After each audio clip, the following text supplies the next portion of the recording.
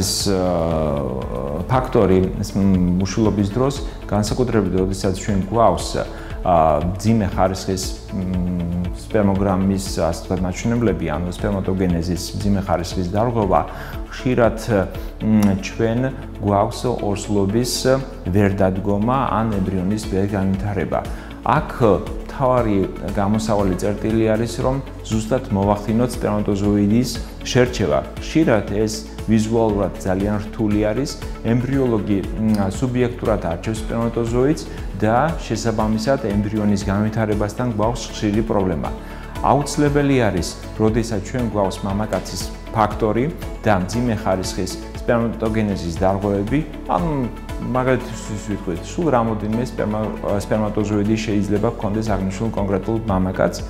აუცილებელი არის და მოწოდებულიც არის ემბრიონების სელექცია, პრეიმპლანტაციური გენეტიკური კვლევა, რამე თუ გამოირიცხოს ემბრიონის ანეუპლოიდია, ანუ ემბრიონს შესაძლებელია გქონდეს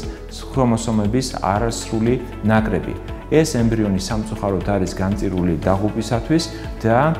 ეს მსგავსი ემბრიონის გადატანა არ მოხდეს და იქნას შერჩეული ჯანსაღი ეუპლოიდური, ეგრეთ წოდებული ეუპლოიდური ემბრიონი, აუცილებელი არის ემბრიონის ბიოპსია და მე დიაგნოსტიკას აქვს საშუალება, რომ აწარმოოს მსგავსი კვლევა, არ მოხდეს მასალის გაგზავნა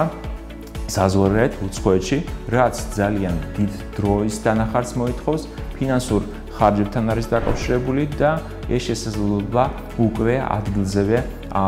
ჩვენ შეგვიძლია გამოვიყენოთ, რამე თუ ძალიან დიდი პროცენტით გავზარდოთ ორსულობის დადგომა და დამდგარი ორსულობის ბოლომდე მიყვანა ჯანსაღი ემბრიონის ეუპლოიდური ემბრიონის ტრანსფერით.